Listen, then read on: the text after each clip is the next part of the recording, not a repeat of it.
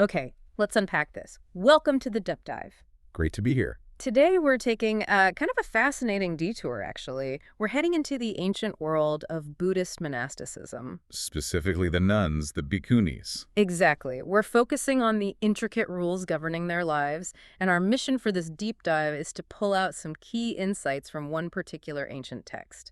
It's called Saṃghādisesa 4. And this text, it details a real-life incident, something that actually happened and led directly to the creation of a major monastic rule. Right.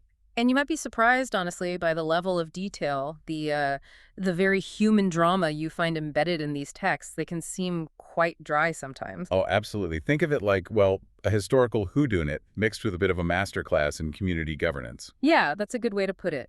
We'll explore not just what the rules were, but crucially, why they mattered so much, for the harmony and structure of these ancient spiritual communities. And what's really fascinating here, I think, is how these ancient texts, which people often see as just rigid rule books, actually reveal these vibrant, sometimes, let's be honest, messy social dynamics. Communities striving for spiritual growth, but still dealing with, well, people being people. So where does this story take place? This particular incident happens in Savatthi, a really significant location. The Buddha himself resided there quite a bit. At Jetavana, right. Anathapitika's Arama. That's the one. It was a major hub for the monastic assembly, the Saṃgha. And even within the community of nuns, the bhikkhunis, they had their own daily challenges, their own rules, complex social interactions. It all required a pretty clear system of governance. It's like a window right into their world. It really is. And I find it just incredible how these texts preserve not just the rules, but the actual human stories behind them. And, well, every good drama needs its characters, doesn't it? Indeed it does. So let's introduce our main players. First up, we have Caṇḍakālī Bhikkhunī. Ah, Kentucky. The text, it pulls no punches describing her, basically paints her as the community's resident troublemaker. Yeah, the terms used are pretty strong. Quarrelsome, causing disputes, debates, troubles. She was known for stirring things up in the saga. Definitely paints a vivid picture of someone consistently creating conflict. Then there's Thullanandā Bhikkhunī. Okay, Thullanandā. How does she fit in? Well, she first enters the scene because she protests when action is initially being taken against Caṇḍakālī. Oh. So right away, that tells you she's someone with strong opinions, not afraid to voice them, and that kind of sets the stage for her more pivotal role later on. And that stage gets set pretty quickly, it seems. The Saga, the community of nuns, decides they've basically had enough of Caṇḍakālī's disruptive behavior. Right, they take formal action against her. But here's a key detail. During this critical time, Thullanandā happens to be away. She's left Savatthi on some business. Kanasid Eva Karanyena, as the text says. Some business or other. So while she's gone, the Bhikkhuni Saga makes a big move. They formally excommunicate Caṇḍakālī. And the reason given is for not acknowledging an offense. Apadiya adesanena yukipi. So this wasn't just a casual, you're out. It highlights a very structured, formal process within these communities for dealing with misconduct. Non-compliance wasn't taken lightly. Exactly. Which then raises that important question. What happens when a key, maybe outspoken player returns after a major decision like this has been made?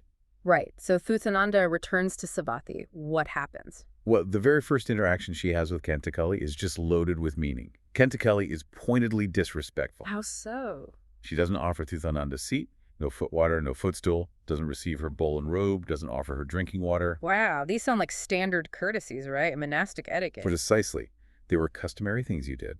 Their absence wasn't just a minor oversight, it was a clear, deliberate message, a rejection. And Caṇḍakālī actually explains why she's doing this. Oh, yes. She explicitly tells Thullanandā, I am anatha. Anatha, meaning helpless, unprotected. Exactly. Helpless, unprotected. She claims the other nuns excommunicated me, saying I was unprotected and unknown with no one to stand up for me. So this isn't just about a broken rule for her anymore. It's raw. It shows the profound social, maybe emotional impact of this excommunication. She feels abandoned, powerless. And this is where Thullananda's character, maybe her arrogance, really comes into play. Okay. How does she react? Her reaction isn't one of, say, sympathy or trying to understand the situation or seeking reconciliation. Instead, she immediately dismisses the nuns who perform the excommunication. Dismisses them how? She calls them ignorant and unwise. Bal ita avinyataba. She believes they just don't understand the formal act itself, the karma. They don't grasp its defects, its failures, or its successes. So she basically thinks she knows better than the entire group that made the decision. Clearly, she sees herself as superior in knowledge and wisdom regarding the formal procedures. And she doesn't just think she's superior, she actually declares it, right? There's that quote. Yes, she boasts quite openly. She says, "We know the act, its defects, failures, and successes. We can cause an unperformed act to be performed, or invalidate a performed act." That's quite a statement, Yeah. claiming she can basically overturn or even initiate formal Saṅgha actions herself. It's a very bold claim. It tells a lot about her sense of her own authority, perhaps, overestimating it quite significantly, which is, a classic setup for conflict in any kind of structured group. And does she act on this boast? She does, and quickly. The text says, lahu lahu, hastily.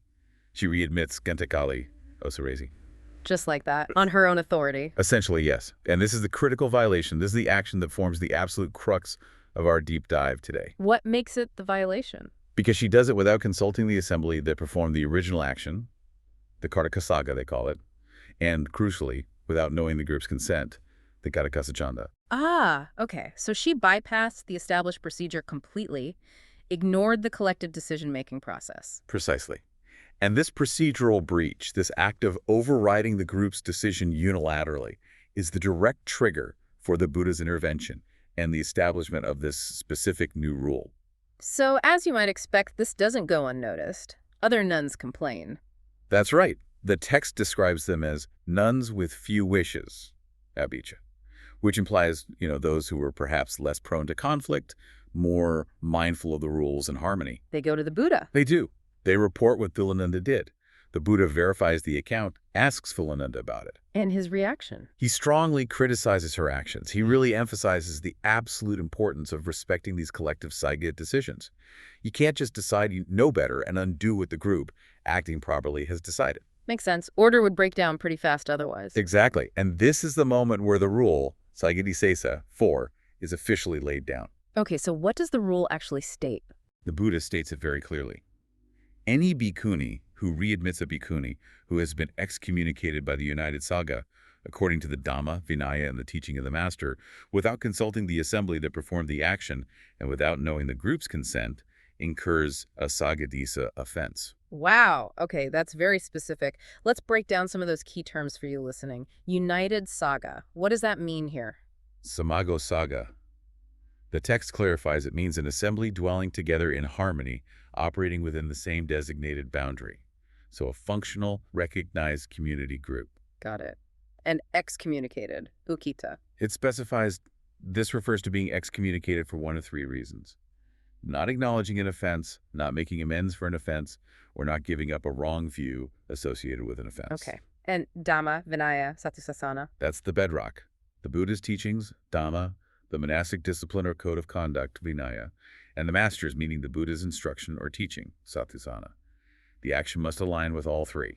Right. And the offense itself, Saṃghādisa. What kind of offense are we talking about? Is it minor? Major? Oh, it's major. Saṃghādisesa is a very serious category of offense in the Vinaya. It's not something you just brush off. That's serious. It requires formal action by the Saṅgha itself for the offender to be reinstated. It often involves a period of suspension, penance, specific procedures. It's second only to the parajika offenses, which result in permanent expulsion. So the gravity of the Saṃgādisesa offense really underscores how vital this principle of respecting collective legitimate decisions was. It wasn't just about, bureaucratic neatness. Not at all. It was about maintaining the integrity and harmony of the Saṅgha, which was essential for their spiritual mission. Thullananda's action threatened that core principle. It sounds like these ancient monastic communities had their own robust system of checks and balances. And the text even gets into the nitty-gritty, the nuances of how this offense is actually incurred. It wasn't simple. No, it's quite sophisticated. It lays out stages of escalating seriousness. Stages? Like what? Well, merely forming the intention to readmit someone improperly or starting the process like seeking out the group or defining the boundary with that intention, was already considered a lesser offense, a dukkaya. Just the intention. Wow. Yes, it shows a deep understanding that actions really begin with intention.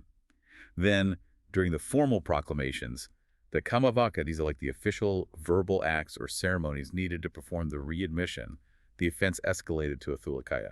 Still serious, but not the full offense yet. And the full Saṃghādisesa offense? That was incurred only upon the successful completion of the kamavaka, the formal readmission act itself.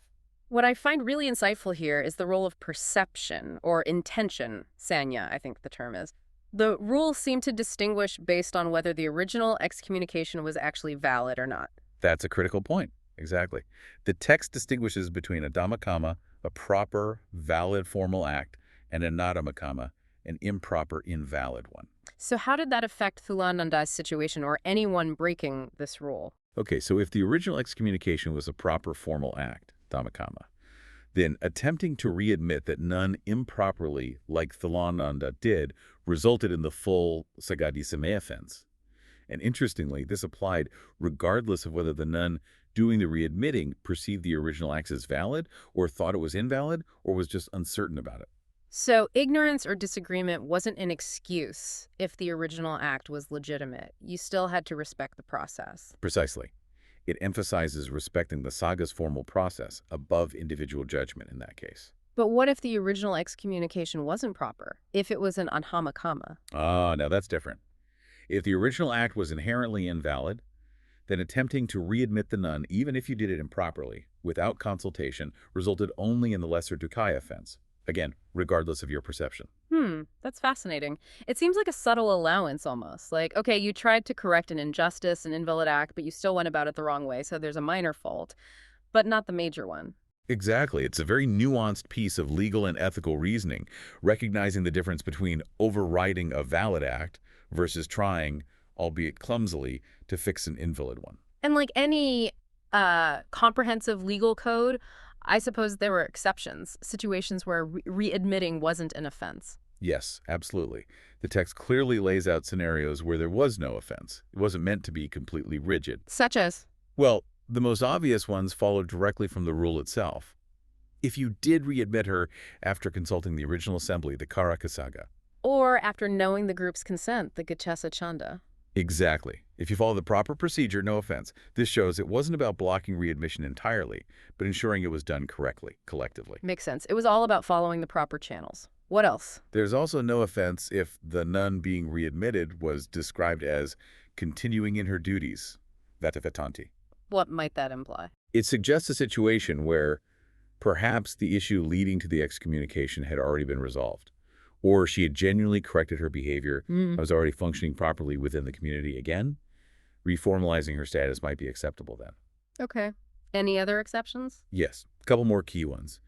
There was no offense if there was no karakasaka, for instance. If the original assembly that performed the excommunication had dissolved, or perhaps if the original action was so fundamentally flawed, it was considered inherently invalid from the start. Right. You can't consult an assembly that doesn't exist or validate an invalid act. Precisely. Also, if the nun performing the readmission was considered insane, Amadikaya, there was no offense. A standard provision for mental state in legal matters, even then. Understandable. And finally, there's an exception for the first offense of this kind, adikamikayati. Does that mean everyone gets one free pass? Probably not. It almost certainly refers to Thullananda herself, the very first instance of this specific rule being broken, the act which led to the rule being created in the first place, not a general get-out-of-jail-free card for leader offenders. Okay, that makes more sense. These exceptions really show the practical wisdom embedded in the Vinaya, don't they? Trying to make it applicable to real complex situations. They really do. It wasn't just abstract law. It was designed for living communities. So wrapping this up, what does this all really mean? Our deep dive into this specific ancient monastic rule, Saṃghādisesa 4, it reveals so much more than just old legislation. Absolutely. It's a deeply human story, isn't it? Conflict, authority, ego, and that really delicate balance needed to keep any community functioning, let alone one dedicated to spiritual practice. Yeah, we've seen how this single act of defiance by Thullananda, fueled, it seems, by arrogance and a blatant disregard for established procedure, led directly to the Buddha himself stepping in. And laying down a very precise rule specifically designed to protect the integrity, the authority of the collective Saṃgha decision. It really underscores that immense importance placed on communal decision-making, on proper process in these traditions. This wasn't just, petty punishment for Thullanandā. It was fundamentally about ensuring harmony and preventing chaos. And if we connect this to the bigger picture, this case happened millennia ago, but it still raises such relevant questions about leadership and governance in any group setting, doesn't it? How so? Well, think about it. How do we balance individual conviction, maybe even individual brilliance or insight, with collective authority and established processes?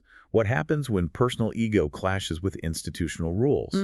Yeah. This ancient deep dive is a potent reminder that even in communities explicitly dedicated to spiritual development, the challenges of human interaction, power dynamics, ego, they're always present. So maybe something for you, the listener, to consider. What stands out to you about how this ancient community handled conflict and eventually corrected its course? Perhaps this deep dive encourages you to think about the subtle ways contemporary groups, maybe your workplace, volunteer organizations, even online communities, navigate similar challenges. Challenges of authority, consent, procedure versus individual action. And maybe, just maybe, what lessons might we still draw today from the disciplined, structured approach of the ancient Vinaya?